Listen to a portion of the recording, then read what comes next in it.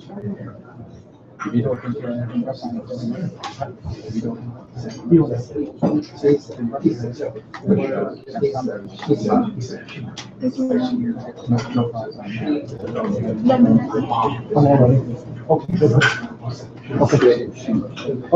ready?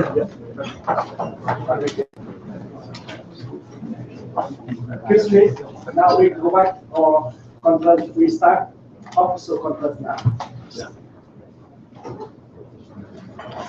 Good evening, everybody, and welcome to the Boston Global Forum's G7 Summit Initiative Conference. I'm Mike Dukakis, the former governor of Massachusetts, chairman of the Boston Global Forum.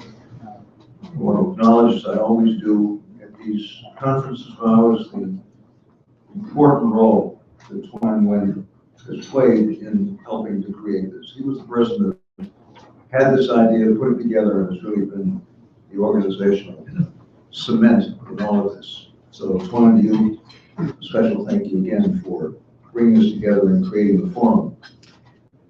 We in the Boston Global Forum, over the course of the past few years, have discussed many international issues that will be taken up by the national leaders of the G7 Summit on May 26th and 27th in Japan. But our focus has been on crafting recommendations to the leaders for improving international cybersecurity in particular and cyber behavior in general. We call our overall campaign Building Ethics Norms for Cyber Behavior. To advance that program, our Boston Global Forum experts have crafted an ethics code of conduct for cyber peace and security, which we have just renamed the Ise-Shima Norms after the beautiful area in Japan where the summit will be held. You can read details about this on the Boston Global Forum's website and our handouts today for those of us who are joining together here in Cambridge. Boston Global Forum has been working with Japanese officials as well involved in planning the summit to describe the G7 leaders the Ise-Shima norms and the Boston Global Forum's broader efforts to improve cybersecurity and create ethical norms in this evolving field of technology. We're indebted to the hard work of the Boston Global Forum G7 Summit Committee and the many experts, some of whom are with us here today in Cambridge, Massachusetts, who have participated in our online dialogues, mostly involving cybersecurity over the course of the past few months. We also want to thank the Japanese government and non-government experts who have worked closely with us to develop proposals for the national leaders to consider on May 26th and 27th in Japan. A list of all of these good people and their impressive credentials may be found on the Boston Global Forum website, bostonglobalforum.org. Now we're going to divide our conference this evening into two sessions. First, we're going to focus on the proposed cyber behavior norms, and then secondly, we'll discuss other aspects of the summit, as well as certain Japanese issues which we will discuss with our friends in Japan. So we hope that you will enjoy our conference today, and obviously hope it will have a significant impact on what we hope will be an evolving code of conduct that nations will observe as we try to deal with both the great asset of information technology and some of the problems that it brings with it. This is always the case. Now we're going to begin with a film statement from Professor José Barroso, the former Prime Minister of Portugal and the former President of the European Commission. And then we're going to ask two of our experts here, Professor John Savage, Professor Derek Reveron, to speak with us as well. Then we'll have some additional film segments, we'll have a roundtable discussion, and then I hope we're going to have some time to invite hundreds of folks who are participating in this conference from all over the world to participate as well. So we have much to do. Special thanks to those of you who are joining us here. Thanks to those who will be joining us elsewhere and to the public in general. So let's begin, if we can, with Professor Barroso's statement, And it was nice enough to prepare this on film, and we will show it now.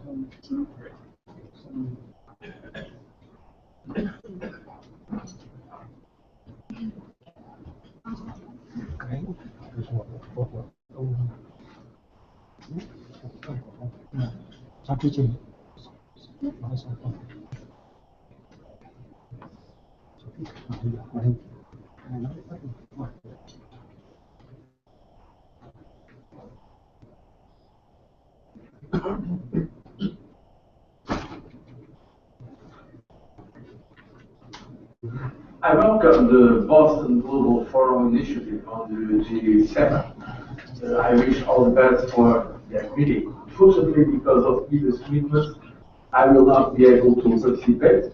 But I've been formally in contact with the participants, and I know they have been preparing very good work. It can be a very interesting input for the G7 summit in Japan. What can we say about the G7?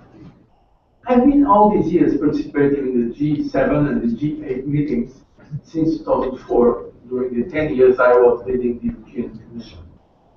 My experience of this format is indeed a very positive one, because you have there the leaders of the 7 very important countries in the world, together with the European Union, discussing in a very deep manner the most important issues in the global economic and political agenda.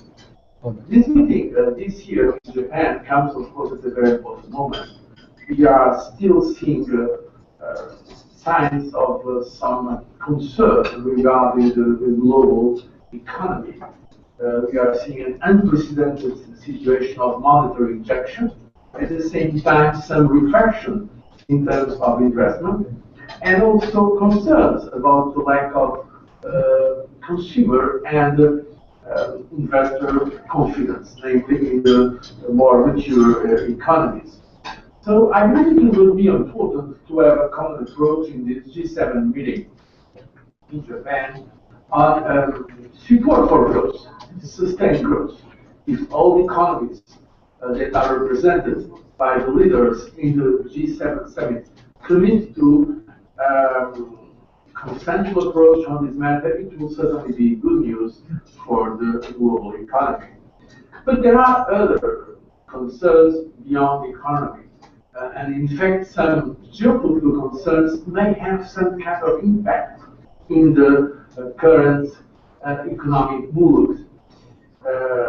Global threats like national terrorism, Muslim fundamentalism, they are very bad news. The consequences of the conflicts in some areas, namely the Middle East, Syria conflict, and I believe it will be important to have a clear statement of the G7 about those matters. In Europe, besides the Syria crisis, the terrorism crisis, the impact in terms of refugees that is putting pressure in some of our countries, there is also a concern about the actions of Russia, namely about their actions concerning Ukraine. I believe it is important to have a frank and open discussion among leaders in this G7 summit. And of course, there is now a very new kind of challenge and threat. It is the issue of cyber attacks. And so I think it is important that the world be serious tackling that challenge and that threat of cyber security. It's a new kind of threat, and for a new kind of threat we need new instruments. I personally believe that it will be important that the leaders of G7 agree on a common approach, possibly a binding, global binding approach based in international law, so that they can also ask others to join. Because this is something that has had an impact, sometimes in economic sentiment, but also in the overall feeling or perception of security or insecurity. So I really hope that the G7 in Japan makes progress in these and other areas. And from my personal experience participating in so many of these G7 or G8 meetings, I can tell you that's a very adequate forum for having really intimate, sometimes some type of competitive meetings where leaders can during some days very openly discuss issues. Of course, afterwards agree on some positions. So this is important to talk because that is the best way to achieve convergence views. I wish all the best for the G7 in Japan. I welcome the Boston Global Forum meeting and I wish all the best for that meeting. Unfortunately, because of previous commitments, I cannot participate, but I'm well informed about the preparation of that meeting and about the quality of work done, for instance, in the field of cyber security. So let me send my best wishes for the success of the Boston Global Forum. The sound? Yeah, sure. Thank you, Professor Grosso. Okay, now we're going to begin our program here in Cambridge. And I'm going to ask two of our guests and participants to address us first. We'll begin with Professor John Savage, who's the Anne Wang Professor of Computer Science at Brown University. And we'll follow him with Professor Derek Reverend, who's the Professor of National Security Affairs at the Naval War College. And welcome both of you, and I'm delighted that you're making my choice. Thanks, John. It's a pleasure to be here with you tonight. My role is to offer a welcome from the Boston Global Forum, and then to provide input to the agenda for the G7 Issei Shima Summit.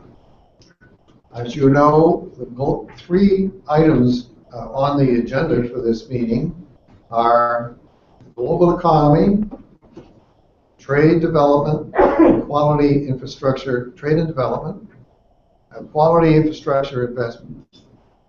Given the importance of the internet in all three areas, we encourage you to address the following actions concerning cybersecurity at the summit. These actions have as their goal to raise the general level of security in cyberspace. So I'm going to read out these proposals, after which I'll discuss them. The first is to encourage the global adoption of the 2015 G20 cybersecurity norms, which include the 2015 Government Group of Expert norms by reference. The second is that we encourage you to endorse private and public efforts to improve the ethical internet behavior. The UCLA Global Citizenship Education Program and the Boston Global Forum's Ethical Code of Conduct for Cyber Peace and Security, known as ECC, are two such examples. We would encourage you to combine these norms and refer to them as the Issei Shima norms. Our third recommendation is that you engage vendors of cyberspace technology in the discussion of norms for responsible state behavior. Our fourth recommendation suggests that you establish domestic and international centers and mechanisms designed to reduce the risk of cyber conflict.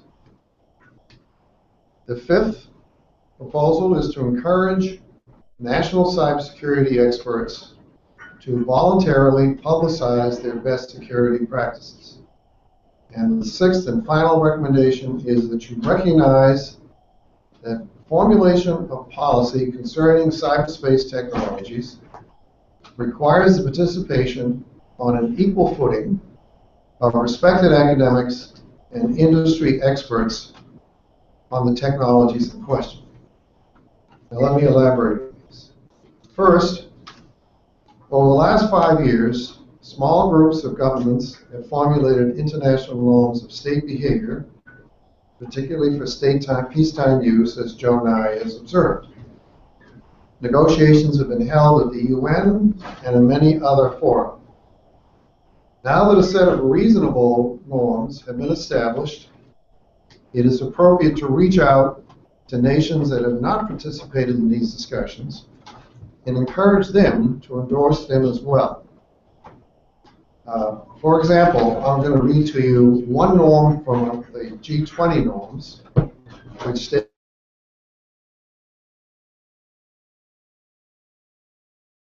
intellectual property theft for commercial purposes.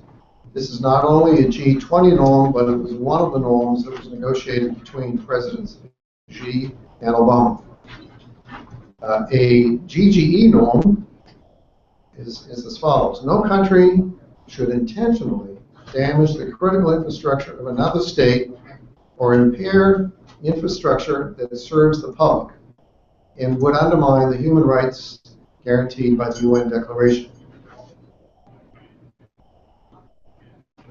In pursuing these norms, in many cases, in encouraging the adoption by other states, this will require some capacity development, which is encouraged by UN Resolution 70/237. The G7 nations can help increase confidence in computers and network technology by leading this effort, which could also be called the Issey Shima Challenge. Second, global citizenship education has an important role to play in building a sustainable peace and security in cyberspace. We encourage a significant effort in this regard. And in particular, the ECCC norms that the Boston Global Forum has formulated would be appropriate to incorporate here. Third, we observe that the success of many computer vendors requires that their customers have confidence in their products, which is undermined by unreported cyber vulnerabilities and by state-launched weapons that result in mass events. Thus, some vendors, notably Microsoft, have begun to formulate and promulgate norms of state behavior that are important from their point of view. And I would like to read to you two of Microsoft's 6 proposed norms. Countries should exercise restraint in developing cyber weapons and should ensure that any which are developed are limited, precise, and not reusable. And the second norm I'm going to read to you says, countries should assist private sector efforts to detect, contain, respond to, and recover from events in cyberspace. States should take these nascent efforts on part of vendors seriously and engage these firms in norms formulation. Fourth, given the large number of states that are developing cyber weapons, the risk of accidental or intentional cyber conflict is rising. All states should recognize this risk and work to mitigate it. Centers designed to reduce the risk of cyber conflict are needed in every country with offensive cyber capability. Operators in these centers must come to know each other so that they can properly assess national intentions during a cyber crisis. This issue has been highlighted in the latest 2015 GGE report. The 5th recommendation on best practices is illustrated by a public talk given in January of this year by Rob Joyce, head of NSA's Tailored Access Operations Department. He offered advice on cybersecurity measures to protect a computing facility from the type of penetration in which his department engages. This event was a remarkable example of the security services of a major nation, the U.S., offering constructive advice to others. Each G7 nation could assume the same responsibility for improving the security of cyberspace by offering such examples of best practices. Finally, policy formulation concerning cyberspace can be very challenging. Unless technology experts at the table with policymakers when such policy is formulated, errors are easily made that may lead to poorly formulated international norms or domestic legislation. Thus, it is essential that academic and technology experts be engaged and treated as co-equals with policymakers during this process. And now, Derek, you have the microphone.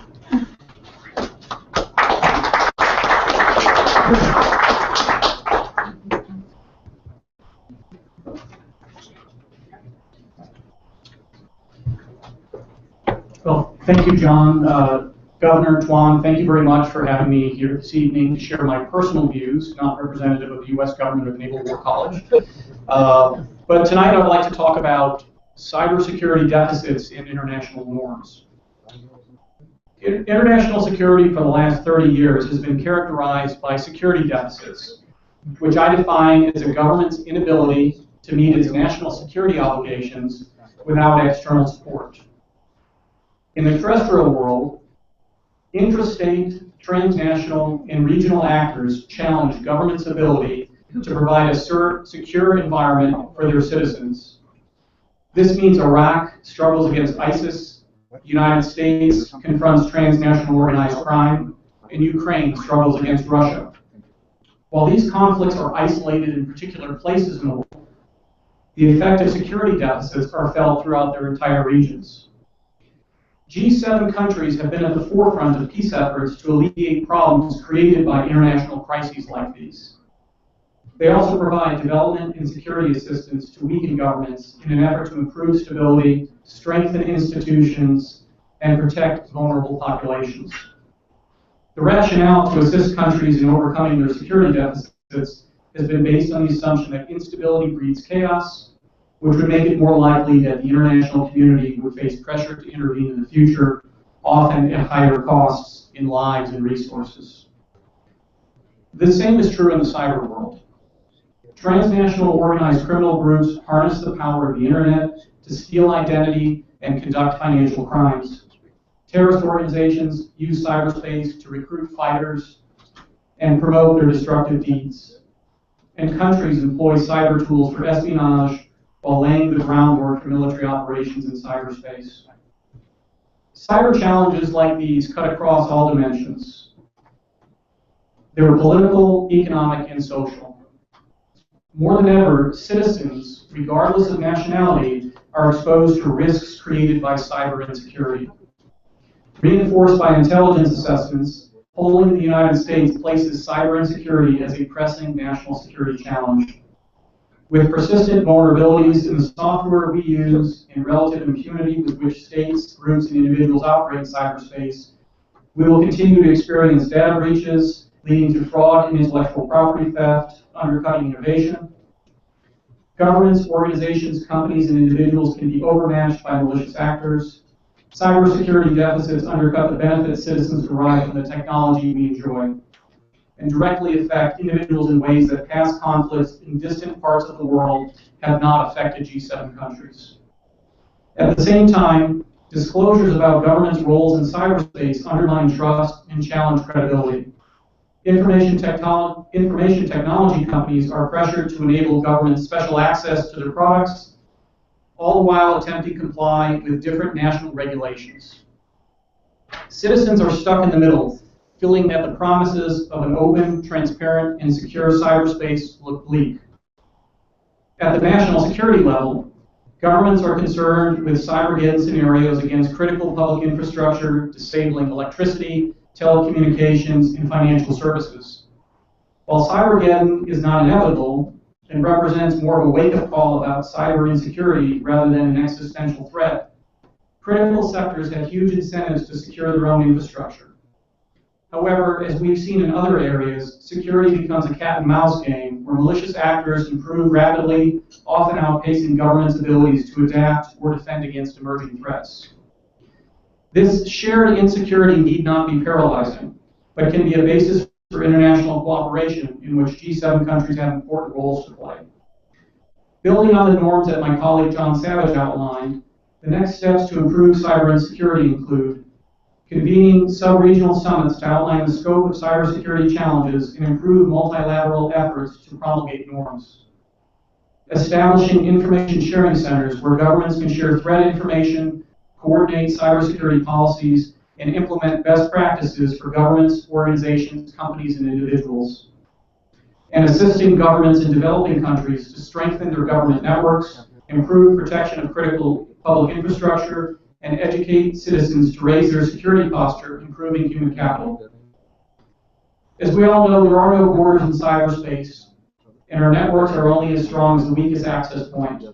By promoting cybersecurity norms, enabling cooperation among G7 countries, and assisting developing countries, we will become more secure from actors that place individuals at the forefront of the cybersecurity threat. Thank you. Thank you.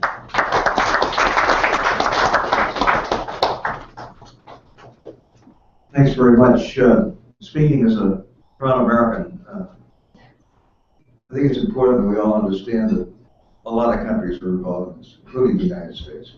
I mean, we've been breaking into other statesmen's email. We were involved in Stuxnet and others and about this. So nobody is without sin here. I think that's an important thing to recognize. It's one of the reasons why it's so important that the international agreement and the observance of these norms. And we're very proud of the fact that we here at Boston Global Forum are playing an important role, I hope, in doing it.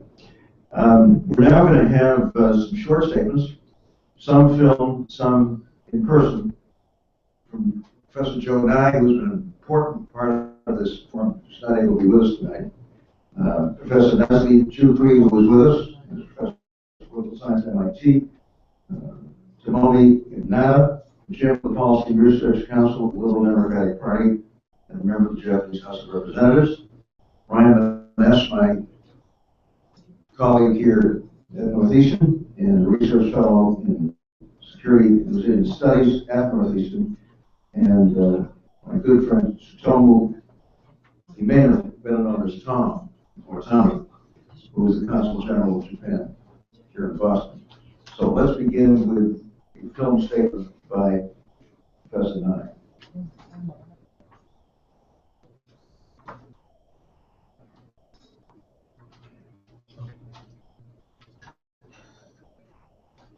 We can move into the center of this picture here. And he's, of course, with our founding fathers. Imagine that you may have something like 20 or 30 billion connections to the internet over, and that enormous expands the attack surface's potential there. So we're going to see more of this, and I think it's time, and I applaud the Boston Global Forum for taking this as a topic to try to promote the more general understanding of norms related to cybersecurity. So let me stop there and say that I think this is an auspicious moment for our topic. Thank you so much, Professor Joe. You mentioned that the norms, international norms, we have the GGE, and we have G20, and Boston Global Forum developed technical conduct of cyber business security, ECCC. So we recommend the norm, international norm, or G7 summit. How we can cause signals with G7 summit accept the norms. Well, I think the interesting question will be to ask why the government is successful. I think they would accept norms if it's in their self-interest. And if states feel that that norms limit amount of destruction and amount of uncertainty that is now present in cyber conflict, they may be better to restrict themselves than to enter into an all-out conflict using cyber instruments. So I think the more that there's international discussion at bodies like the G7, the more you may develop a realization of states that it's in their self-interest to formulate and respect such norms. A G7 summit in Japan this see looking at how Japan can play role in cybersecurity and G7 summit initiative. Well, Japan has been an important member of the GG as well as the technical, as well as obviously a major player now host of the G7. So the idea that Japan will be taking it more seriously, time to try to promote them is an important step forward. And the last question, what the Global Forum G7 Summit initiative we announced and we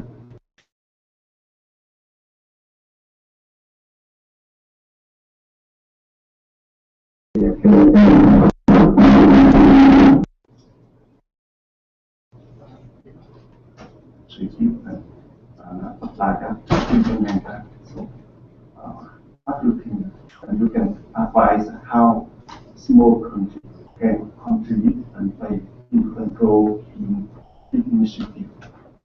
Well, more and more countries are developing their cyber capacities, and it's not enough just to have norms that apply to G7, they have to apply to much broader set of countries. And so getting such countries involved, I think, is important. Vietnam is making important progress in this area, and I think there's many others. Iran is also developing considerable capabilities. Thank you so much. Talk and inspire people to cover what the Global Forum G7 Summit initiative happen. Well, I wish us well in developing these models. Thank you so much. Thank you. Thank you, Joe. Thank you, Squan. And I want to emphasize again that Joe and I have been an enormously important part of this. We're really very grateful to him. He's been here as well as out there and really been enormously valuable to us. Okay, Professor Chukri. Come on up here and talk to us. I'll talk to you. I'm a newcomer to this initiative, and I'm really delighted to be here. I've been asked to focus on some actions, some measures to move forward, assuming that there's an evolution of norms and this conversion of norms. What can be done at this time with the resources that we have?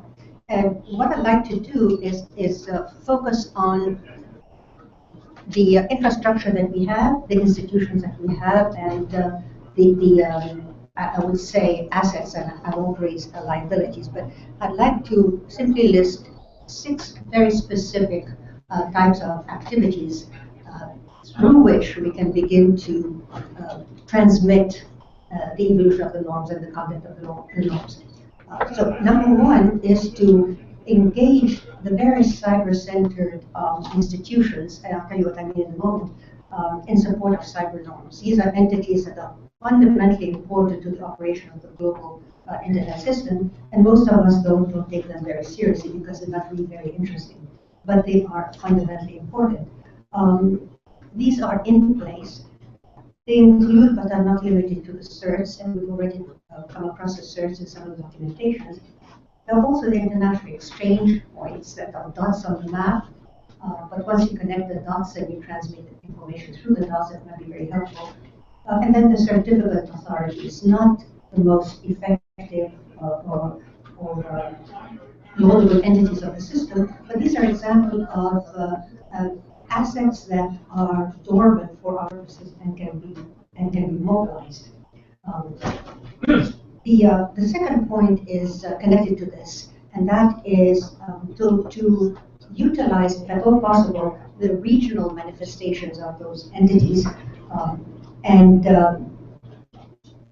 help in order to transmit the meaning of norms and to facilitate the transmission and the diffusion of norms. Much of the discourse at the global level gets lost as you go down to the regional and the operation national state.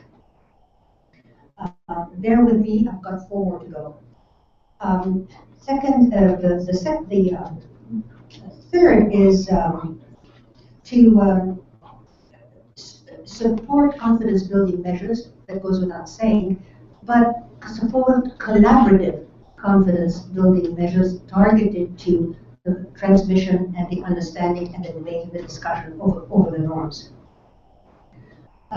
Then we have the issue of best practices. All of us, of course, support best practices, but it's important to recognize that best practices are moving targets, and we should treat them as moving targets, not as a checklist.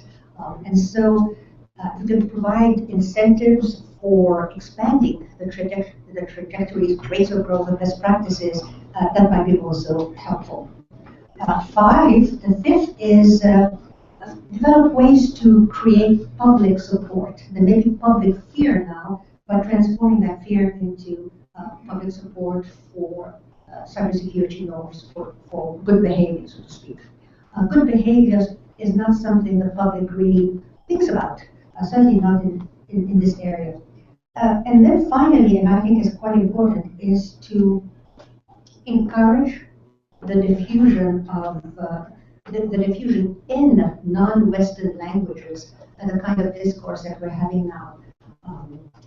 The introduction of norms and norms discussion, norms of cybersecurity and cyberspace in languages that are not our common languages, but that represents the evolving demography of the world, and that is not one that is centered in the Western world.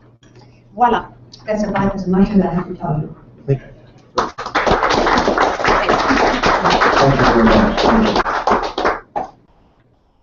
Okay, we're now going to move back to film with Mr. Inada of the Japanese Parliament.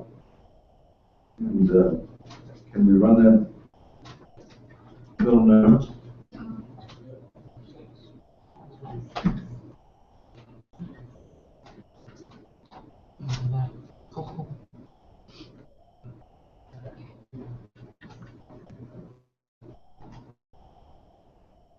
No.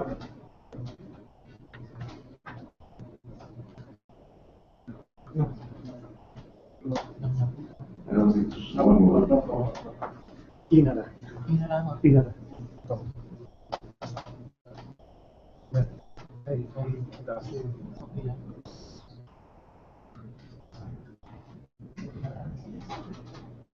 Right?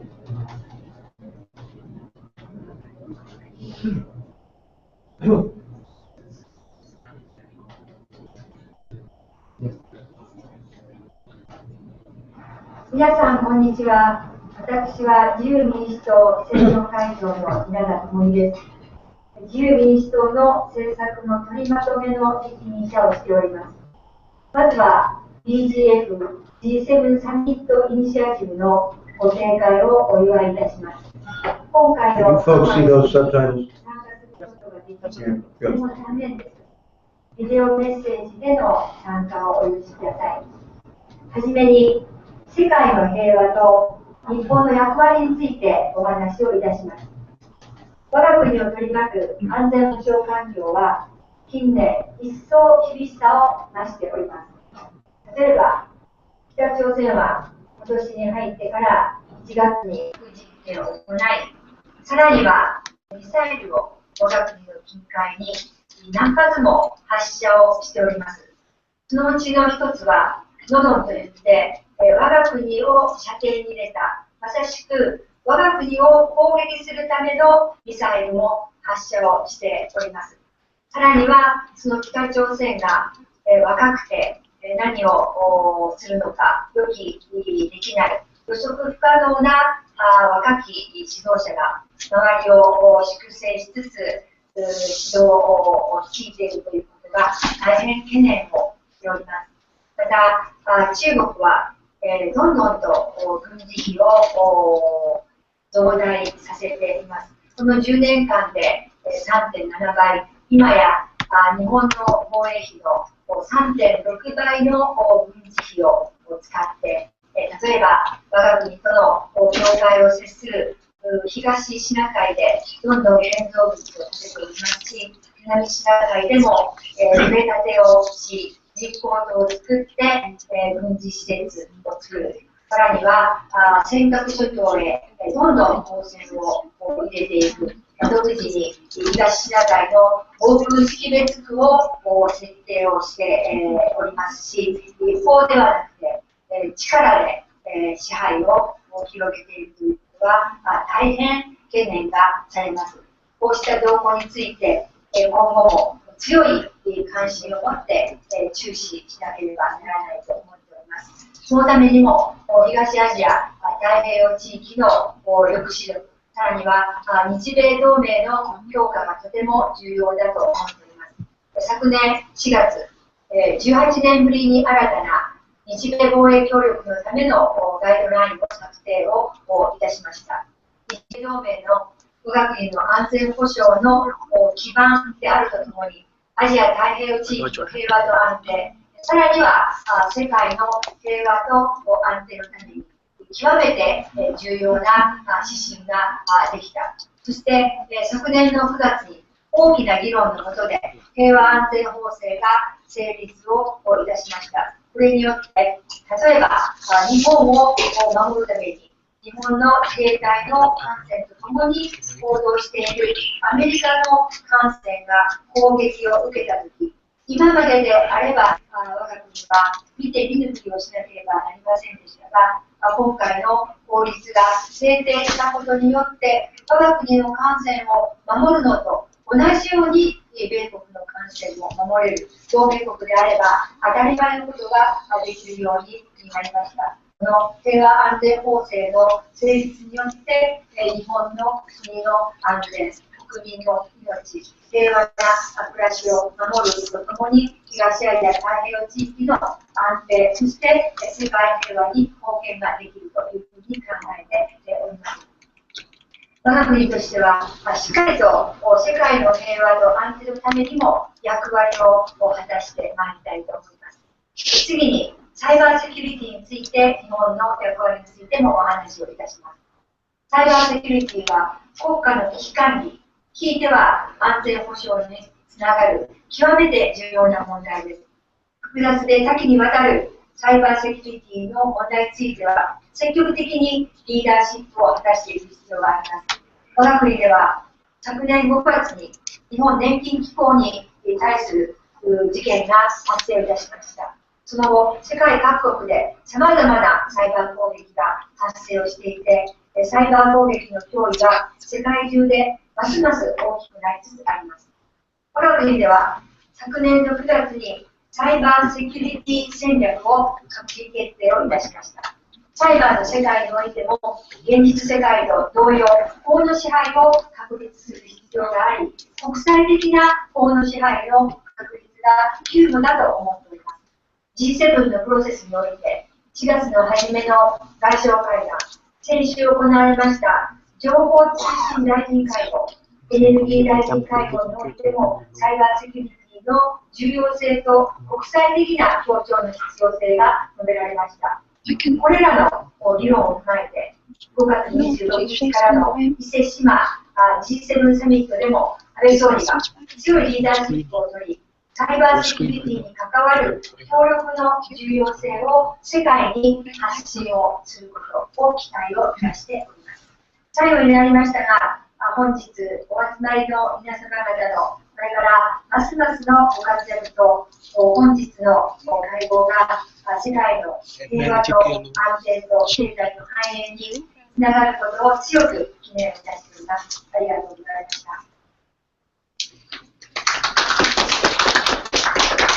Thank you very much. Okay, Ryan, Manis, Murray.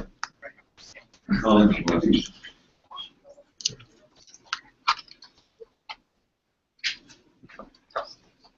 Thank you, Governor.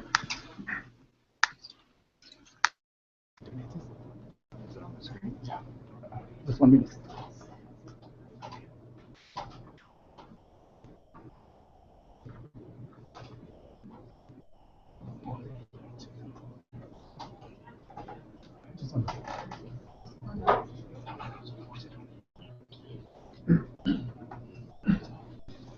Looks like we need some cybersecurity in the room here, right?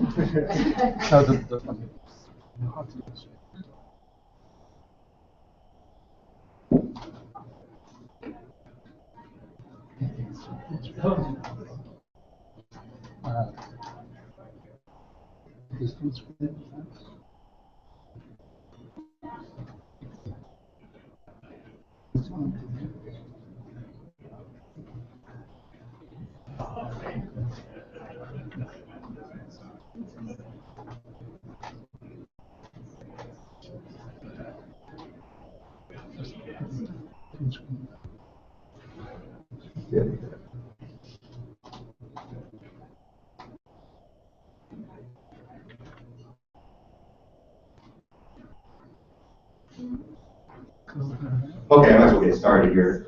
So I was asked to basically talk for 6 minutes, and I thought I'd try to summarize my research program in about 6 minutes.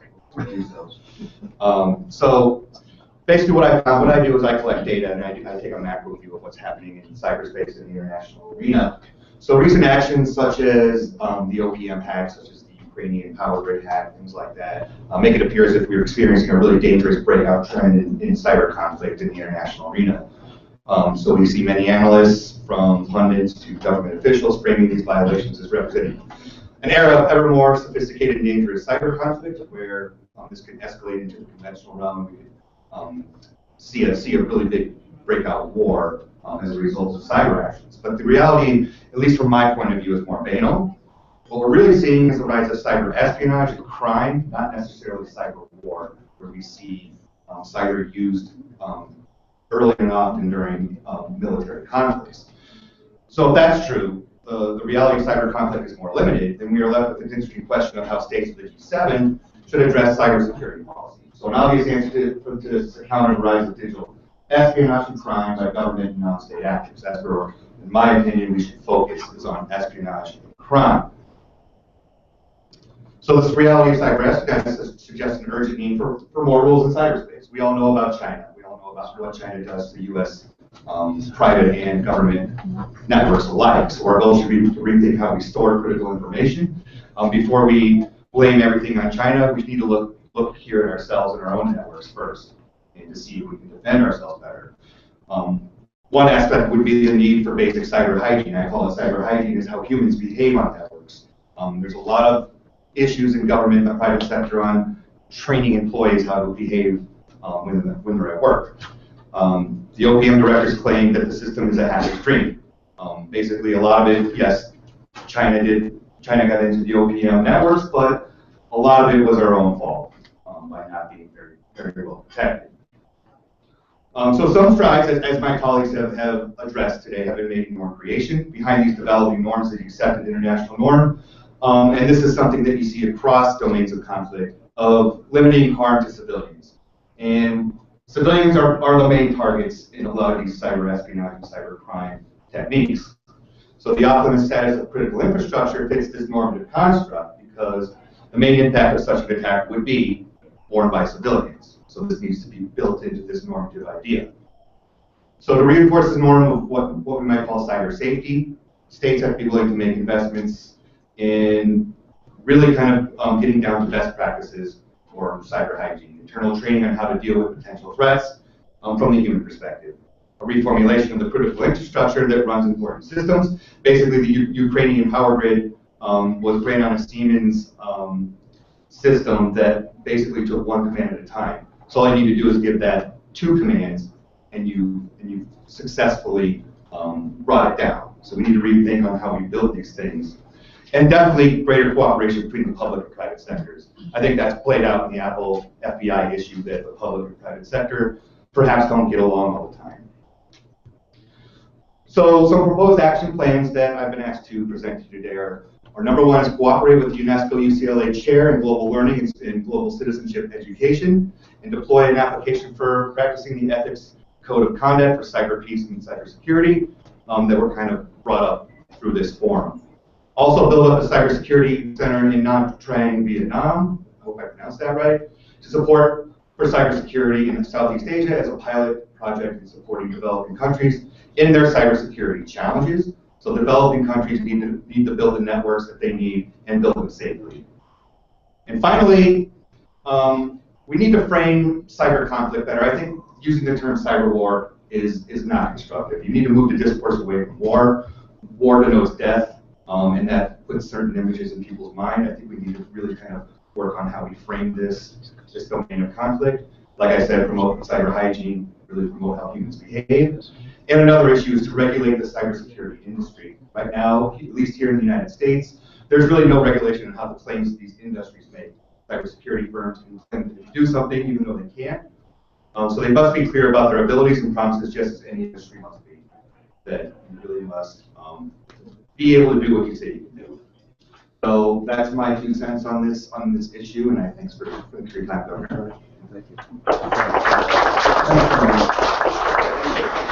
Now the final business in this segment of our conference, the Consul General Japan University. Tommy, come on.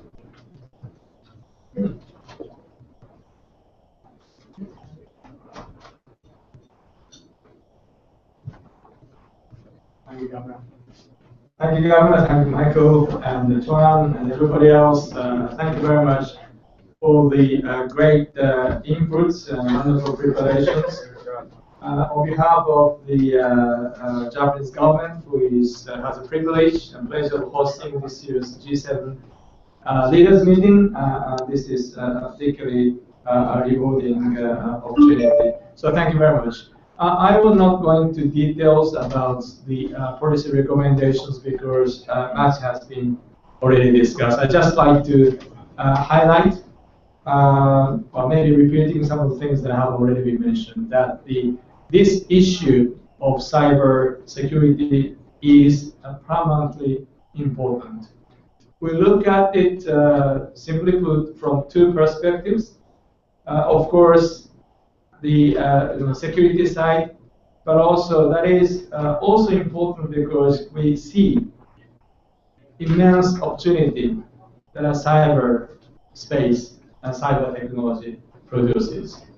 So in galvanizing economies, innovation, as well as spreading human rights, we value the open and free access to information. All the more we believe in the collective efforts of securing the cyberspace are critical. So I thank you, we thank you very much.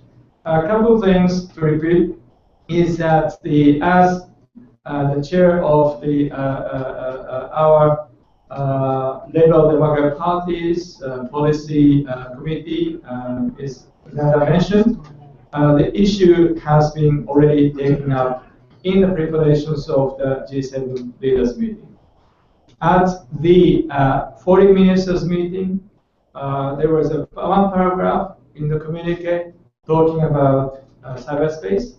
There are references to the same issue from different perspectives in the G7 energy ministers meeting and G7 ICT ministers meeting. So we are engaged in the process of preparing, together with the other G7 leaders, for a very useful and important outcome at the G7 Ise-Shima summit toward the end of May. What will be done will not stop there, and certainly should not stop there. G7 has a particularly important leadership, collective responsibility, because we share our values. But we have to go beyond the G7. And we continue to count on the Boston Global Forum in spreading the wonderful and very important work beyond G7. Thank you very much.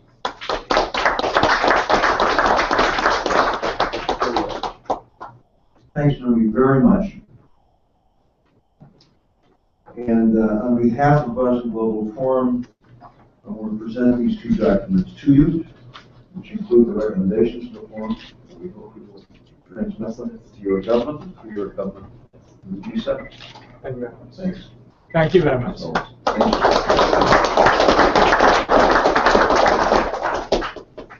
Okay. Thank you all so far for your contributions and your attention.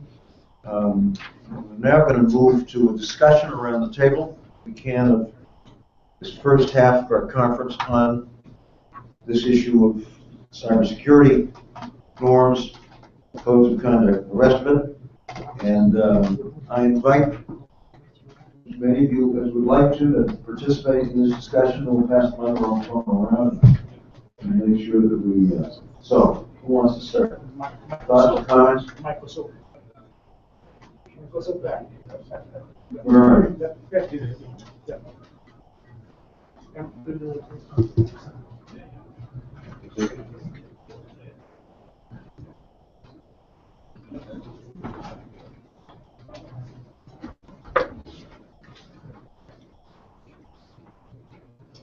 Who's on? So my name is Greg Palmer. I'm Microsoft Azure Infrastructure and Cybersecurity Specialist here in the Northeast. So I did not prepare anything specific to kick off, but I think that Microsoft has laid out a number of norms that I think that are very important, at least from the technology vendor's perspective, around how to deal with creating an environment so that not only that the public can feel safe, secure, and have a reasonable expectation of privacy around the data that they use in the technology, in the cloud space, in the cyber world. And I think the key thing when we talk about regulations or regulatory discussions is around the ability to move as fast as the cyber threat moves. So when we talk, that's one of the key pieces that I talk to customers day to day is in the concept of being able to respond and to react to the evolving threat. And so it's not just a static threat. And we need to be able to think in terms of how we actually respond, how we bring new technologies to bear. And I think one of the last things that Microsoft has laid out is really around how we cooperate from country to country in responses to attacks or events in cyberspace. So I think these are all key components as we think about developing norms or developing the ways we work together. These are very important that we create a structure that we can respond rapidly to different changes. Are you folks involved actively in this effort internationally? So yes, there's a number of, we've got a specific thing that you may have seen specifically advertised on television is around our digital crimes unit. So the digital crimes unit is one of the things that Microsoft engages in that really is focused on identifying threats and then essentially taking down the command and control centers that these type of threat actors put up, and that's how they essentially move around within networks. So that is one of the key things that we always rely on local authorities and the individual countries to cooperate and participate with us when we're trying to take down a threat actor. Hello? Hello?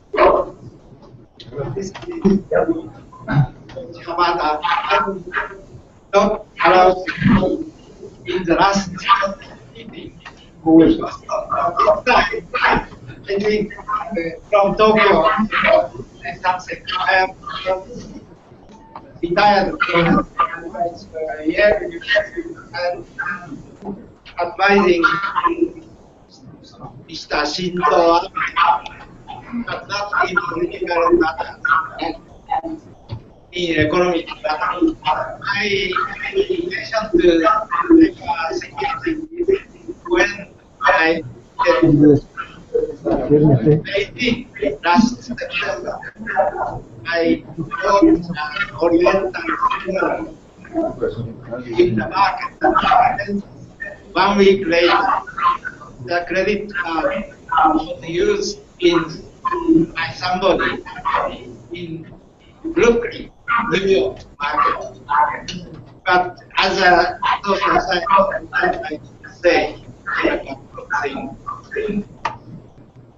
I think securities and terrorists, all those matters are in the case of the prisoners. If one side raises aggressive stealing information and so on, then the other should start escalating, and both countries or the whole world goes into very low performance killing. Look at tourists in the airports. Of course, terrorists are genuinely favor in killing others, but all the resources used to check the luggage and so on are wasteful, and that's because of conflicting behavior. And in order to resolve this kind of dilemma, we have to have some rules or laws by negotiating laws, we have to make those activities controlled. But unless countries do not have mutual trust in each other, it is very difficult. So cyber security is to be in hand to hand with the actual mutual trust in the world economy. Finally, I'd like to mention one thing. In order to protect this kind of stealing activities, we need lots of difficult things. For example, if I use as my password Hamako, H-A-M-A, Koichi Hamada, Hamako, that's very simple. But those used in Japanese governments are very long.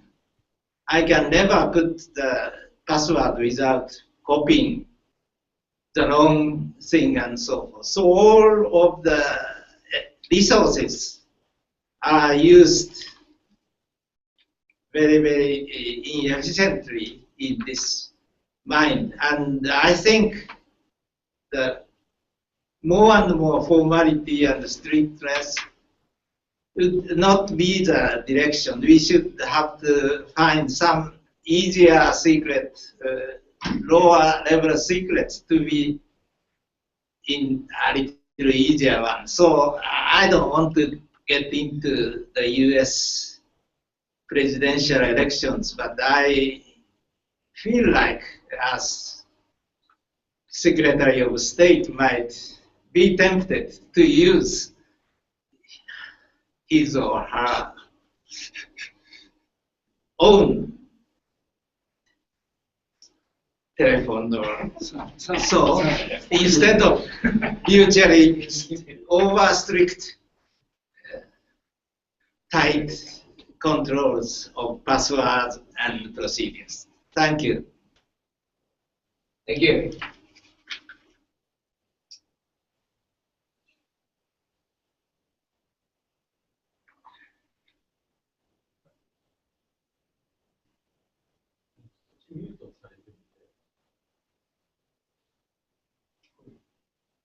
I think there's a question coming. Or sir, can you turn on the microphone, please? Can I turn on the microphone? Can I turn on the microphone? Oh.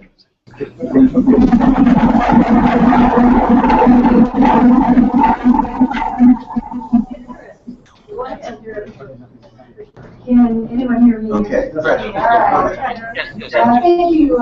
I have been invited to give also my own personal position, not that of the U.S. work on U.S. government and my grandmother. So maybe I want to just react a little bit to the comments that were made today. I want to point out, start with a good comment that Joe made about the states will learn that it's in their self-interest. I've been listening to conversations about norms for at least 5 or more years, and what we know now is that the westernized states, the costs are 1 to 2% of your national GDP. If that doesn't constitute a national self-interest, what does? And so we have to ask the question, there's a lot of good thinking and good ideas going on. Why is it that we don't see the kinds of reactions that we should see if these norms were to be operative? Part of the problem is this is the first time in the history of the westernized democracies that the key technology they're trying to have a norm about is not within their control. And because it is not within their control, we have a large IT capital goods industry that's been making decisions on their own business model, and now the governments are in a position in which they have to defend flaws in those business models. This is not open question, it's just simply the way it is. So now how do we go forward with norms that are hard to impose? We are missing third and fourth order thinking here. Most of the norms are given as a list as a should, and we should think about it, isn't this wonderful? I would like to just suggest three things that have been suggested by several of our speakers already. Process, institutions, and audience. We don't tend to identify a process by which the norms will be enforced or will come to enforcement. We say we hope, we wish. Secondly, the institutions, as already been mentioned. Let's use some of the institutions that exist, but we cannot necessarily use global institutions. Scale is too big, and we don't share enough common values.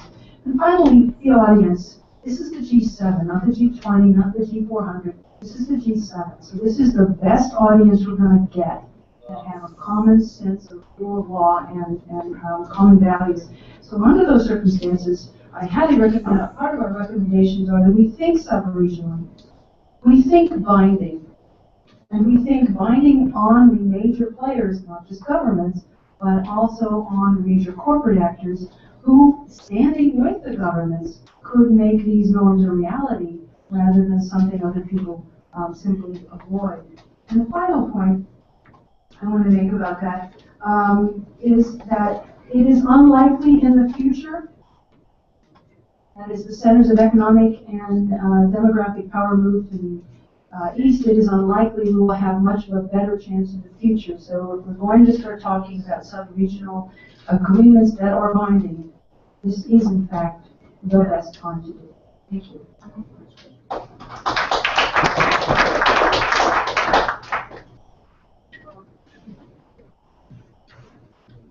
And I hope folks we can get into that. How do we do this?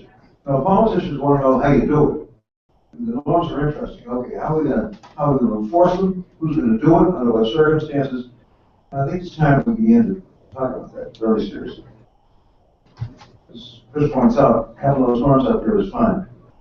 How are we going to make it happen? And I'm not sure this is so complex that it doesn't lend itself to strong international action. I mean, I would argue that we have all kinds of problems with nuclear energy, but we've got something at least close to an international regime of enforcement. And I don't see conceptually why we can't be thinking about the same kind of thing when it comes to cyber. Let's at least see if we can explore that. Okay.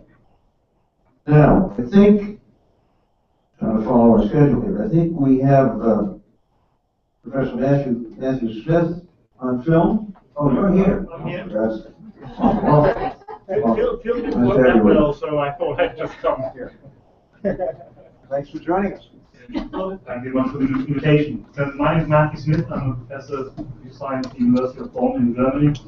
My research field is the human aspect of IT security. So I'm interested in anything where the human is involved, and looking particularly at their failings and how the technology can adapt to our needs and not try and have the human adapt to technology's needs. But I'd like to, before I go to that, actually pick up a point Chris just made, that we need to figure out how these things we're recommending are enforceable or doable. And from a technical perspective, I think some of them might actually be impossible. So if you look at page 4, item 3, it says here that countries should exercise restraint in developing cyber weapons and should ensure that any which are developed are limited, precise, and not reusable. I think that won't work. No matter how much we would like that, I think cyber weapons are inherently reusable. They're also inherently repurposable. So this might be something where we're expecting the unachievable, at least to the best of our current knowledge. So that's a quick follow-up from what Chris said earlier. On a more general note, my feeling of the room is that most people here are very much on the defense side, saying we should be creating these norms to create more security, to create a system in which we have a secure cyber infrastructure, and I think that's very good. But one way of actually getting that to happen, I think, is to be more inclusive of the offensive side. So the people who are working against us here are on our side to a certain extent. The security agencies of the different countries involved here are also the ones calling for the back doors, are creating cyber weapons. I mean, just last week we read that the US is now dropping cyber bombs on IS. And these people are our allies in a sense, and we should be talking with them and have them in the process, because I think the more we grow apart, the less likely it is that these norms will work. They'll just be working within the system and saying, well, we have 1,000 lawyers to figure out how we can fulfill these norms, but still fulfill our mission goal of spying, of espionage, of attacking other resources which they want to attack. And I think just on the technical side, we will not be able to enforce that without both sides working together. That's why I call for more cooperation on that. I'll take out one last point, which was raised about cyber hygiene. I think that's also an important issue, and I'm sure that was included in that, but I'd like to make it more explicit. I think we shouldn't just be talking about the end user here, kind of the people working in governments having secure passwords, but actually looking at the actors who have the most impact, who are also humans.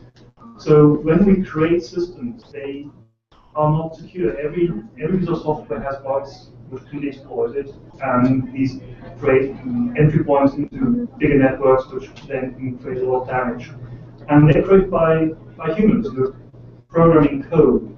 So, for instance, the shell shock and heartbeat bugs, which caused an awful lot of damage fairly recently, those were single developers who made a small mistake, and half the internet was affected by that. We need to create systems by which these humans are supporting creating secure systems. And maybe this should be something which we actually put in here as well, that the G7 commits to a joint research program in how to even create secure systems. Before we can get to the state of saying things don't happen, we should be having a two-pronged approach here, trying to create systems which are safe from the get-go, and in the meantime, please don't develop systems which aren't safe. Thank you. Thank you.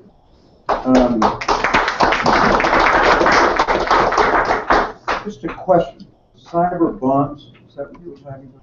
That's how they termed it. Explain this to a neighboring guy. What happened?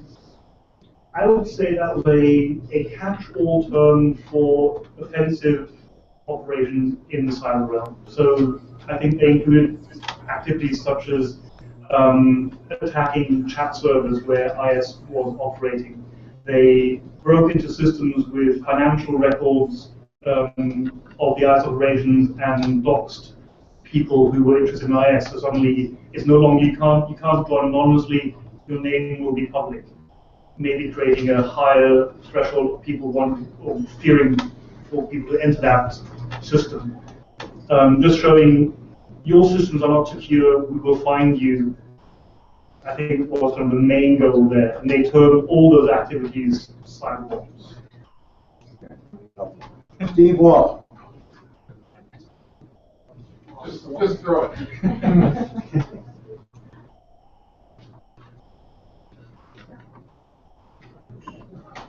Thanks very much. This is not really my area of expertise. I teach international affairs Kennedy School. But one of the assignments I gave my class this term was in fact how you would go about promoting a norm for dealing with cybersecurity. So I invented a little norm that was based in part on this, and then the task for them was to develop a strategy for how you would promote it and sell it worldwide.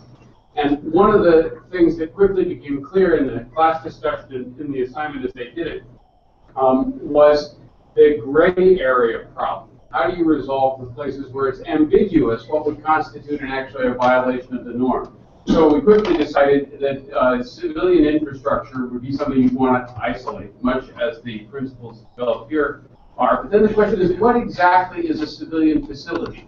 And what are the possible gray areas in that? So just give you a couple. What about a port facility that both brings in food and fuel for the civilians, but also is used for military purposes, to refuel ships, to reload ammunition? If you staged a cyber attack on that particular facility, have you violated the norm or not? Or even better, it says here in the norms that you're not supposed to engage in the unlawful taking of the assets or confidential information of private individuals and organizations. Is Lockheed Martin a private organization? If someone hacks into the computers of Lockheed Martin to steal plans for the F-35, is that a violation of this? It's a private corporation. Or if I'm a consultant who works for the Central Intelligence Agency a couple of days of the year, and someone hacks into my computer to get at whatever it was I was writing for the CIA, have they violated this particular norm? What's interesting here is, again, we just have to resolve some of these ambiguities, and in some cases, global organizations have developed procedures for doing this. So the World Trade Organization has a dispute resolution mechanism that when there's a disagreement over whether or not the set of norms embodied in the WTO have been violated, countries can take another country to the dispute resolution mechanism, and it actually works remarkably well. What so far is missing in this realm is any mechanism for dealing with those potentially ambiguous cases where one country genuinely believes it has been wronged, and the observing the letter, maybe even thinks it's been observing the spirit of the norm as well. I raise all of this because selling this as a global norm depends in part on whether or not states or other parties believe it's going to be enforceable, and whether they believe it's going to be possible to resolve disputes over whether or not a violation has occurred. Thanks. So, Steve, what kind of enforcement mechanism? Now you're getting beyond my area of expertise. You're a very creative guy. Tell us, what kind of enforcement? I think you would eventually have to have some kind of objective arbitration panels that were seen as, above the fray. It's the same way we try to resolve other disputes in international law, which sometimes works remarkably well, and in other cases, we may be getting to this later today, like the South China Sea, it hasn't worked particularly well yet. But there are, at least procedurally, institutions we have. The question is whether or not we can apply it in this particular realm. I actually think it's going to be harder in this realm for reasons that have already been mentioned, namely the enormous number of independent actors that will be operating in this area. But it is going to require a tribunal or tribunals, is it not? Something like that, that's right. We haven't, this isn't the first time we've seen that, and we've got some models. And the real challenge, of course, is making this something that will stick when relations between countries start to deteriorate. Right? So getting an agreement that sort of regulates conduct among states that are basically on friendly terms, and occasionally they'll bump into each other and sort of say, excuse me, I won't do it again. That's relatively easy. It's how you deal with the situations where the relations are deteriorating and the temptation to stay closer to the line goes up. Okay, Margarita.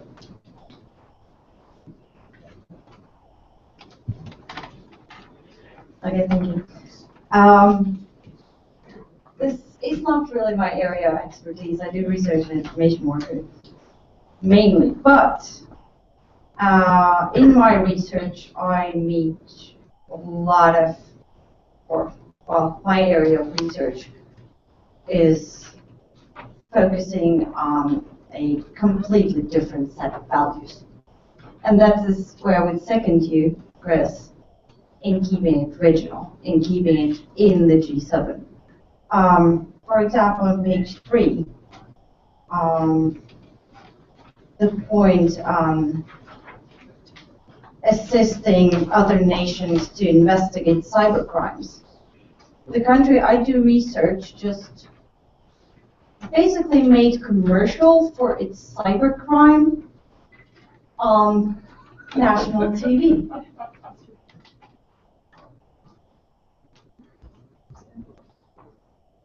Well, on Sputnik. They said in an article that the cybercrime is giving out guarantees and extending business hours.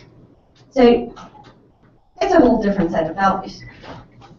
They might sign it, they might say they want to adhere it, but they will not. Now, from my perspective, if you want to create norms, I do agree, start small, make it binding within countries that would share the same values.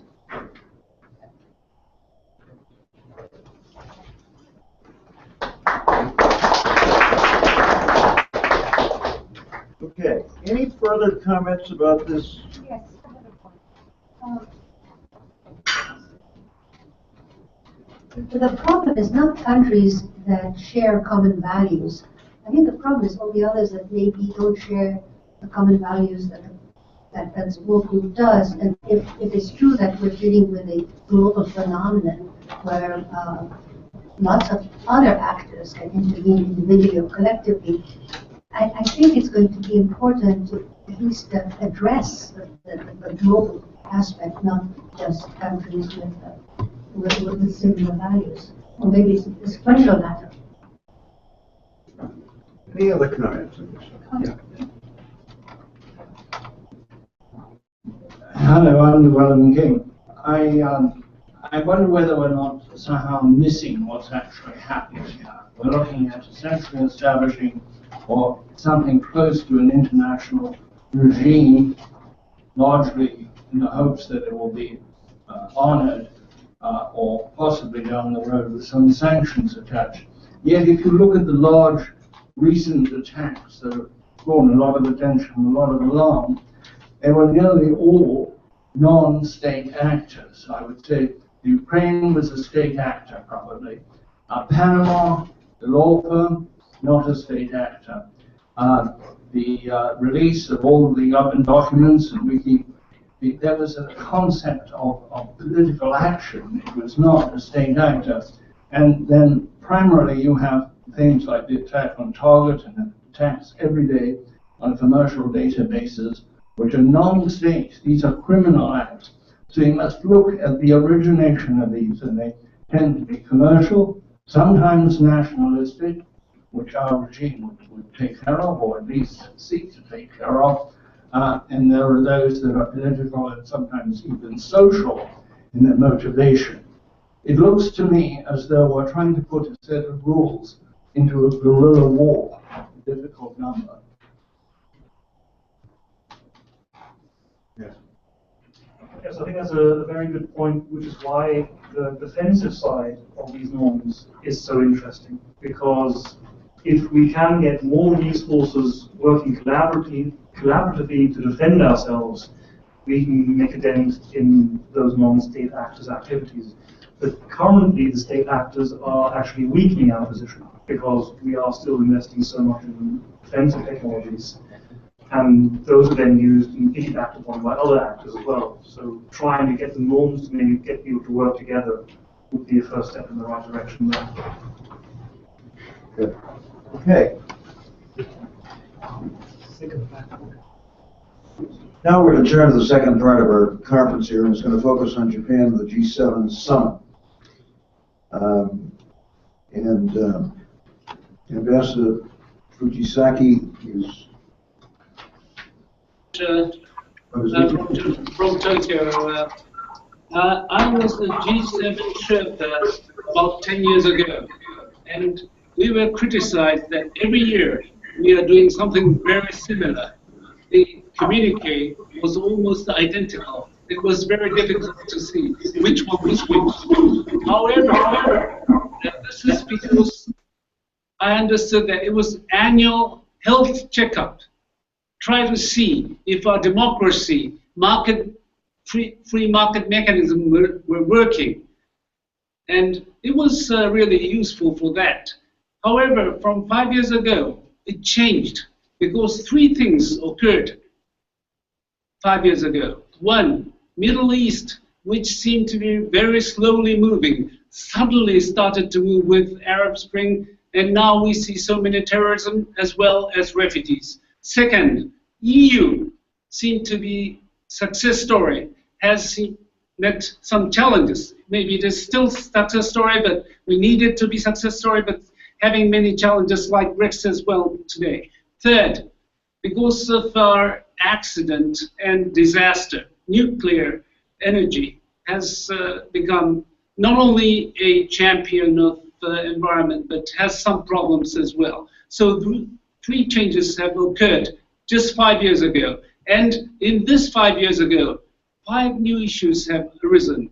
One, pandemic, like Ebola Zika. Second, economic issues, discrepancy between haves and have-nots. Third, rule of law issue, South China Sea. Fourth, slowing down of developing countries, emerging developing countries. And lastly, new issues like cyber. And Japan, I think, in this Ise-Shima Summit will cope with two important issues. One, to restore world economy and try to put the economy onto the right track again and try to have global health issue, infrastructure, and all that in that regard. Second is this new issues like cyber and space. These are the two, I think, important issues I foresee in this G7 summit. As for cyber, I think this initiative has been very helpful because, as has been said, United Nations and our other experts who have working, I think our effort will add to that. The important thing is that it's an invisible challenge, so that it has to remain as gentleman agreement. But if all of us are committed to keep those gentlemen's agreement, we can identify easily who is contradicting, who is not really abiding by to the gentleman's agreement. So I think it is still useful, although we cannot see, to try to make all this, and I think Ise-Shima Summit, I hope, will contribute to that. Now I'd like to pass on to Ambassador Yanai. Thank you very much. I really hope that this will be a successful meeting. Thank you very much. Thank you very much, Ambassador Fujisaki. My name is Yanai. I'm former ambassador of Japan to the United States, and now I am a judge of the International Tribunal for the Law of the Sea in Hamburg. One, cyber security. Second, peace and security in the Asia-Pacific region.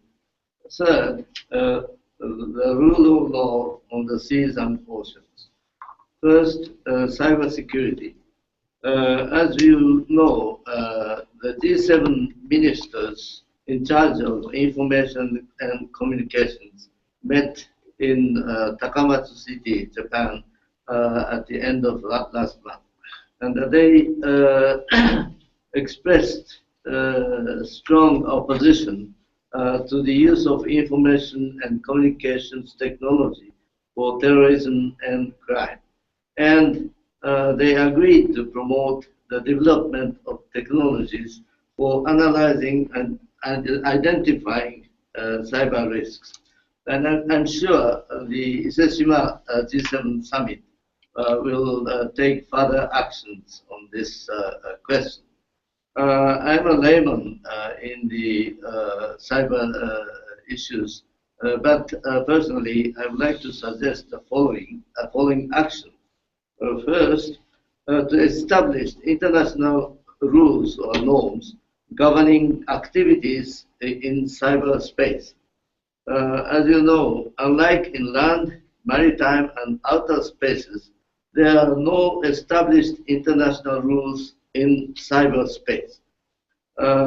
Second, to agree to promote technologies to counter cyber attacks by states and non-state aggressors. Third, to create or strengthen specialized cyber defense units within the armed forces and other government agencies.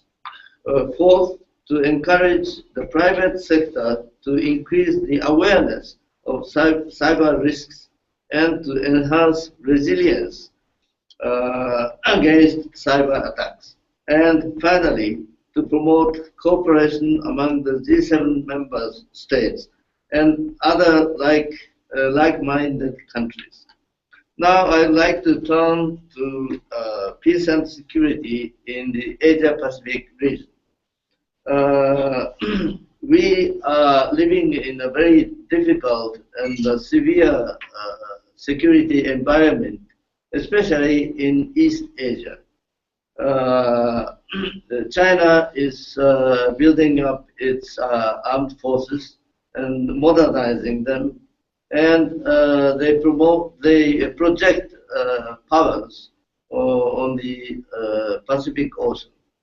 And North Korea has been repeating nuclear testings and launching missiles. And they are improving their technologies in nuclear weapons and vehicles carrying nuclear weapons. So against this background, the Abe administration proposed to the Diet, to Parliament, to adopt a series of amendments to the existing laws concerning security, peace and security in Japan, and enacted also a new law concerning the participation of Japan in international peace activities. The advisory panel on reconstruction of the legal basis for security proposed that if interpreted correctly, Article 9 of the Japanese Constitution permits not only the exercise of the right of individual self-defense, but also the exercise of the right of collective self-defense, and it allows Japan's participation in collective security measures under the United Nations. So based on the on such recommendation, the Abe government and its coalition partner, the Komeito, proposed a series of amendments to existing laws concerning peace and security. And especially they adopted the change of interpretation of Article 9 to allow Japan to exercise the right of collective self-defense when its ally is attacked by a foreign country. So this is a new development in the legal framework of Japan's security system. And so finally, I would like to touch upon the rule of law on the seas and oceans. The G7 countries have been expressing strong opposition to any attempt to assert territorial or maritime claims through the use of intimidation, coercion, or force. They call on all states to pursue the peaceful management or settlement of maritime disputes in accordance with international law, including through internationally recognized legal dispute settlement mechanisms, and to fully implement any decisions rendered by the relevant courts and tribunals which are binding on them. In the case of the South China Sea conflict, the Philippines brought the case to the arbitral tribunal established under the United Nations Convention on the Law of the Sea. But unfortunately, China does not appear in the tribunal. This procedure is a compulsory procedure under the Law of the Sea Convention. But China does not comply with this obligation.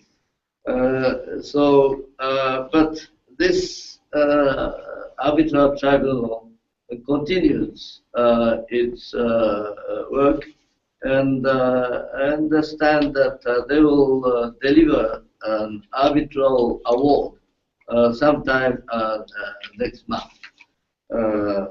So I'm very concerned about the non-appearance of China in this peaceful settlement procedure, because the non-appearance of one of the parties would jeopardize the sound management of peaceful settlement of this. Thank you very much.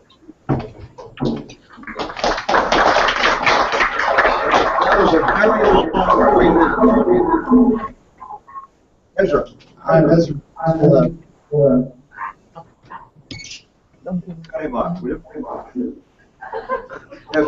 I'm Ezra.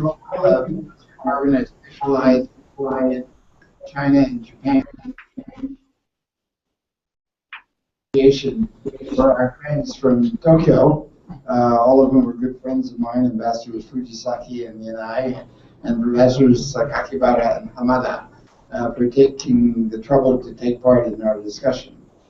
I thought what I can do as somebody who doesn't specialize in cybersecurity is say a little bit about the context of holding it in Japan this time, what it means to Japan and what Japan means to the world in this. And secondly, to say a word about the two elephants in the room, China and North Korea, who will not be at the meeting. In terms of what it means for Japan, Japan has a special moral position.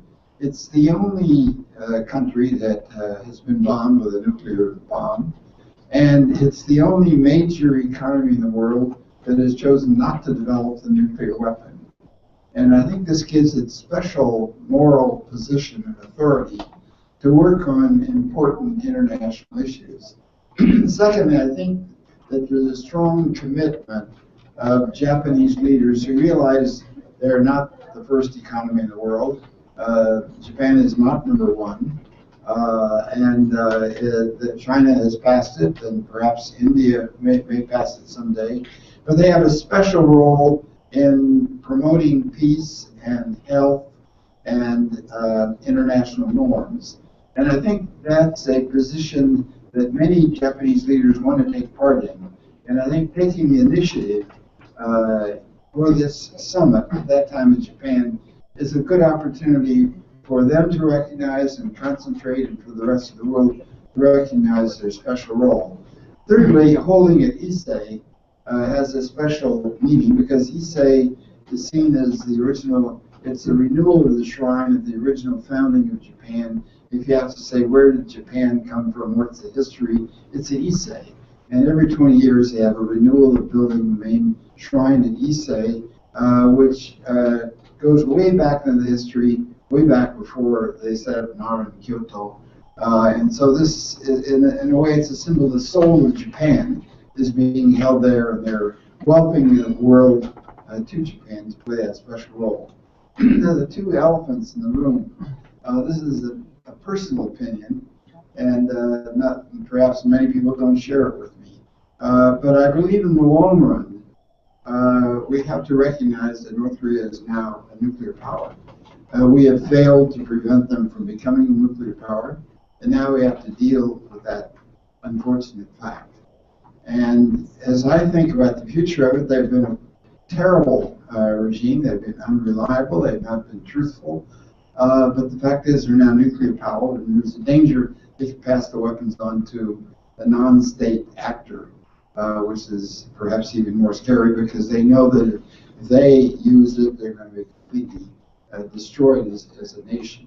So I think there will be some reserve in using it themselves. And I think we have to begin to think a long-term different game than with North Korea, one that we have not wanted to face. And that is to think what it's going to take for them to be a successful nation. And I think this is going to mean turning to the economy. And my own hunch from what I hear from my North Korea specialist friends is that now that they have made it the breakthrough to become a nuclear power, they're going to concentrate on the economy because it's in terrible shape. And in thinking about the economy, they don't want to just open up. We say, well, why not just open up? That will show them.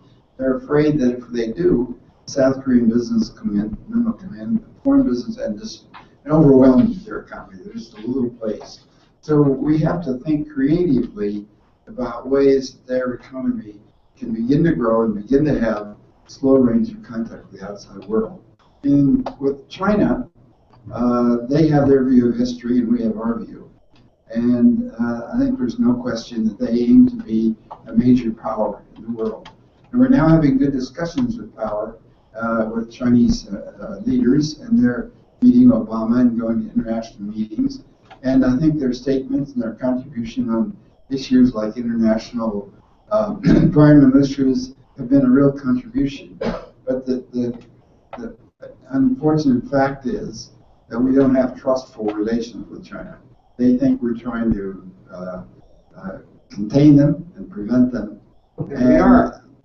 We are. Yeah. And we have to begin to work toward a deeper understanding with China that recognizes their increased power and that begins to work with them realistically and accepting certain things that they are doing and moving into islands which they claim they have a historical basis for. We don't have international rules that have been decisive in resolving those issues.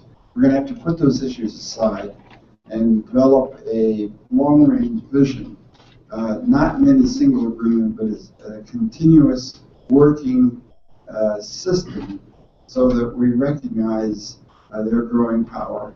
They recognize that we're going to be a power to stay and that the rest of the world will continue to have an interest that they will be able to damage what we do in the Pacific and we will be able to damage what they can do, and we have to come to terms and work with each other. And we have to have that in mind as we carry on our negotiations at the summit in Japan. Thank you. Yes, sir. Let me ask you just one question before we go to Steve, and we're running out of time here.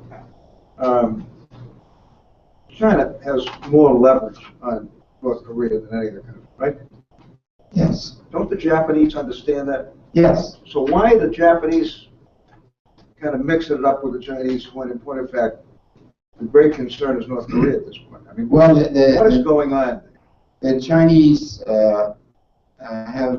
they're concerned that they're going to be a neighbor of North Korea forever. The United States is a long distance away, but they're across the border. Yeah. And they don't want chaos. And they're very disappointed that North Korea has behaved so badly and become nuclear, and they're putting pressure, but they don't want the regime to collapse. They think the chaos that would result and the chaos on the Korean Peninsula would be much worse. And so I think no matter what we say to the Chinese or the Japanese say, they're not going to let North Korea collapse. I think that's the reality. But what about some leverage on this nuclear stuff? They are, I think the Chinese have tried to apply some leverage and it has not worked. and they're not willing to go for more leverage because it might be the collapse of the regime, and they think chaos would be much worse than the situation that exists. Do they have any leverage over anything to the Chinese? Oh yes, the Chinese have considerable leverage. They supply food, they supply fuel to North Korea, and they're not stopping that. They have contacts with North Korea, and they're not stopping those. So they've used a lot of their leverage. They're disappointed with North Korea, but they're not going to go all the way. And Steve? Comments before we wrap up? Yeah, I just want to highlight what I think are the two big dilemmas, and maybe I'll talk about what I think is the third elephant in the room here. To me, the central dilemma in Asia right now is how do you deal with the gradual increasing Chinese power and assertiveness? And the emphasis there is gradual. When a country does something sudden and dramatic, like the Iraqi invasion of Kuwait back in 1990, the international community can respond very quickly, very vigorously. When something happens really slowly, like the reclamation of a reef in the South China Sea, at what point do you decide that, all right, that's the last shovelful of sand, not one more shovelful? There's no obvious point. It's a sort of classic salami tactics. Now, the United States has started to do more to indicate that we don't accept those territorial claims, but that won't work if it's just the United States sending heavily armed warships. Other states are going to have to do that too, and it's going to have to be other than just warships, because the principle is freedom of navigation, not just freedom of navigation for the U.S. Navy.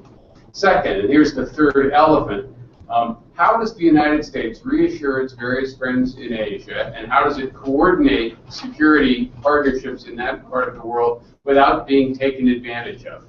And here are the only two words I want to emphasize are Donald Trump. Right? It's not sustainable, I think, over the next 10 or 20 or 30 years for the United States to be spending 4% or so of GDP on national security and have all of its Asian partners be spending less than 2%. It's not going to be sustainable. A Pew poll from last month said that 57% of the American people wanted the United States to mind its own business and let the rest of the world do the best it could. Right? And it's quite a shocking result. 47% thought the United States was doing too much in the world. Only 27% thought the United States was doing too little. And that's part of what's fueling Donald Trump's political career right now. So if you think about security in Asia, you have to think about how the United States will retain a leading role there, but without the American people thinking the United States is being taken advantage of. And this is not going to be an easy one to resolve. So what's the answer to that? There isn't. I believe the United States is going to have to push its partners in Asia much harder than it has in the past. To do what? To make a much larger contribution to East Asian security and stop depending on the United States to do it all for them. Any thoughts about all of this? Got a few minutes before we wrap up. I'm kind of troubled by that. Not troubled by what you said, but kind of troubled by what it portends.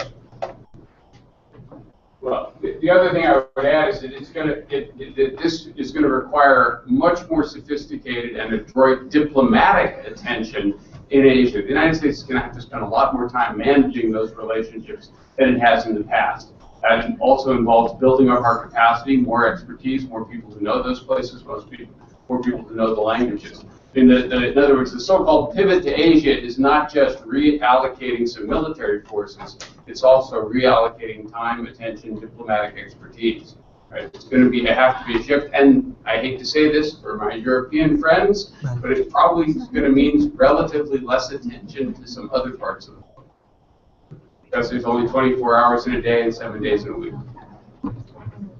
Any other thoughts on this? We've got just a few minutes before we...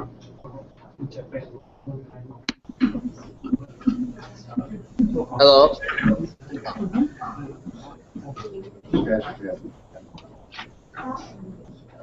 May we have a talk from Japan?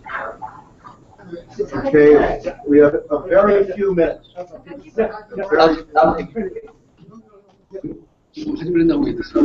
Hello.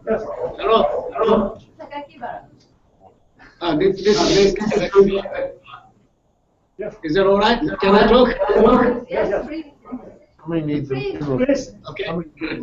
I will talk about this ISMA summit. This ISMA summit has come at a very critical juncture of the world economy. During the course of the last decade or so, the world economy has gone through a major structural change.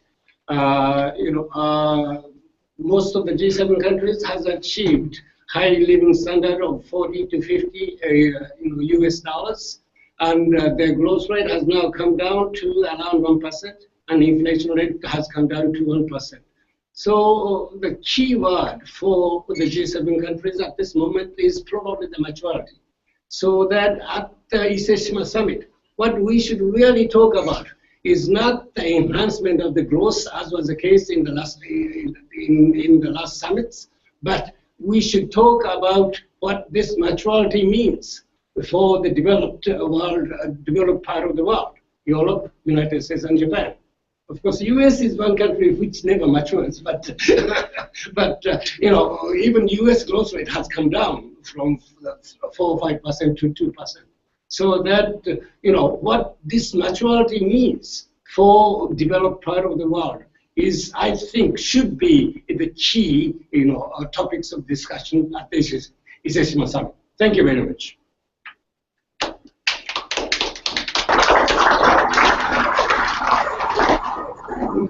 Comments before we wrap up? Nobody? There are some questions from online. They send email. What have we got? Yes, here. Very much a question here. They send to us. Yes.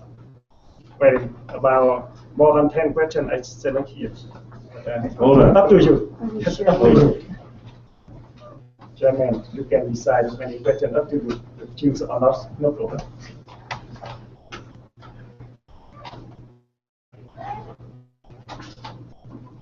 Send my email and they follow up. This is a little beyond my comprehension. I was the guy with the last typewriter. I was going to the campus before my kids finally said, "Dad, you got to do something." Anyway, here's a comment from one of our participants out there. We have seen multiple nations transition to infrastructures built with free, open source, and encrypted hardware, software, and spectrum. Open data policies are also being adopted. How many countries can we get to support this excellent trend? I'm not sure I understand what that means. Who understands what it means? Please. Somebody? Anybody? I think the individual is very well-meaning and optimistic and naive. And naive. Because? Well, what we've seen is the growth of borders in cyberspace. We're talking about wherever you have open data policies, if you don't have the kinds of norms and controls that we've spoken of, what we see is the rapid removal of wealth in ways that cannot be traced admirably under known legal systems. So my heart is with them. My head says let's have some other conversations. Okay, how about this one? How do we balance illegal and legal surveillance?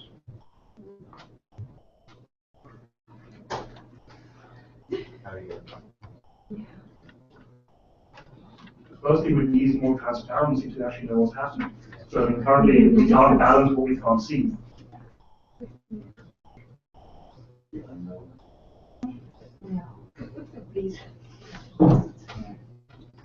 There's somebody from Princeton who asked about the cost of cybersecurity for developing countries. Is that something we ought to be concerned about? Yes, and we should be, because one of the big applications of cyber in the developing countries is online banking, is cyber mobile banking. This means that your cell phone company is now your bank. And if you trust them to be more secure than the banks of the world, you've got a problem coming. Up to 50% of the people who bank in Kenya today do it on cell phones. Actually, I think it's higher than that. And up to 50% of the desktop computers in Kenya are absolutely compromised. Somebody who takes down one of these major cell phone companies in Africa, for example, are going to majorly affect those developing countries. Absolutely, we should care. One. Anything else before we wrap up? Yes, I think now good. 9 p.m., nearly 9 p.m. already. So Chairman, can you start? Well, thank you all very much. Obviously, we got something here that deserves attention, and a lot of it. I'd like to think, with the help of so many of you, we've made a contribution. Let's see what happens on the 26th and the 27th of May, and then let's just keep moving along. As some of you know, I mean, our focus and our goal in creating the Boston Global Forum was to focus on a particular issue for 1 year and really get into it. And I think we've been able to do that fairly successfully. We're going to have additional meetings and conferences between now and the end of the year, and let's see how much impact we have going forward. Thank you all very, very much. Thank you. Next item on the agenda, Thank you from Japan.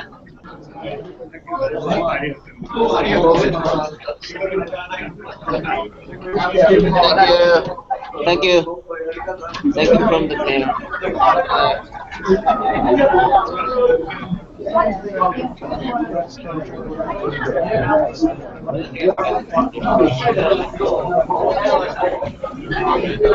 Japan.